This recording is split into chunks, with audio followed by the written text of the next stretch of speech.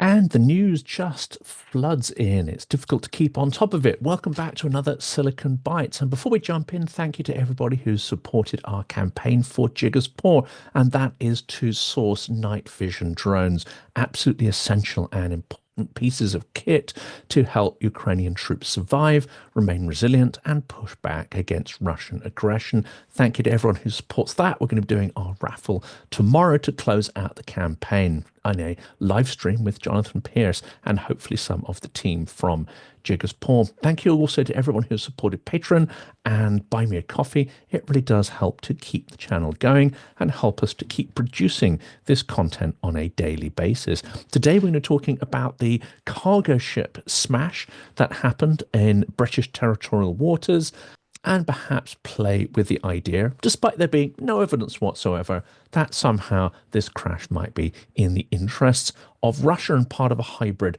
operation. On Monday morning, the Solong sailed into the US-registered tanker Stena Immaculate, which was carrying fuel for the US Navy. Fires broke out on board both vessels. Now, it may not come as a huge surprise to many who've been paying attention to Russia's hybrid war against Europe, but the captain of the Solong container ship is a Russian national, and now he is under arrest. The incident occurred 13 miles off the coast of East Yorkshire. 36 people were rescued, and one is missing, presumed dead. The rest of the crew were Russian and Filipino nationals, according to the German shipping company Ernst Russ. Police said a 59-year-old man had been arrested on suspicion of gross negligence and possibly manslaughter in connection with Monday's collision. Police are working with the Maritime and Coastguard Agency in relation to a criminal probe into the cause of that collision between the US-registered Stena Immaculate and the Portuguese-flagged Solong.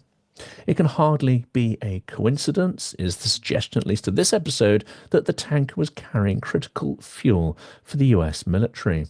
The tanker was carrying Jet A1 fuel for the US Navy as part of a United States government program designed to supply American armed forces with fuel in Europe. But authorities say there is no indication of any malicious activity, and they have found no evidence of foul play in the crash. It's been reported that authorities from the US and Portugal will lead the investigation into what happened, along with the UK's Maritime Accident Investigation Branch. The Stena Immaculate was stationary and at anchor while waiting for a berth to become available at the port of Killingholme on the River Humber. It was struck by the smaller Solong, causing huge fires and explosions, the smoke from which were visible from space. It was initially feared that the Solong was carrying sodium cyanide, but the German owner, Ernst Russ, said 4 containers on the vessel had previously been carrying the chemical, but potentially were removed already. Ernst Russ is working with the authorities in the investigations now underway to more fully understand these events and learn from the findings, a statement said. In the immediate aftermath of the collision, dozens of people were forced to abandon the vessels as they caught fire. Coast Guard rescued 36 people after the alarm was raised at 9:48 a.m. on Monday, with ambulances lining up at a nearby port as emergency services readied their response. One possible indicator of the cause of the incident is a report that has emerged that the Solong failed steering-related safety checks last year. Port control inspection documents from July last year show how officials warned that the ship's emergency steering position, communications, compass reading was not readable. It was among 10 issues highlighted during an inspection by Irish officials.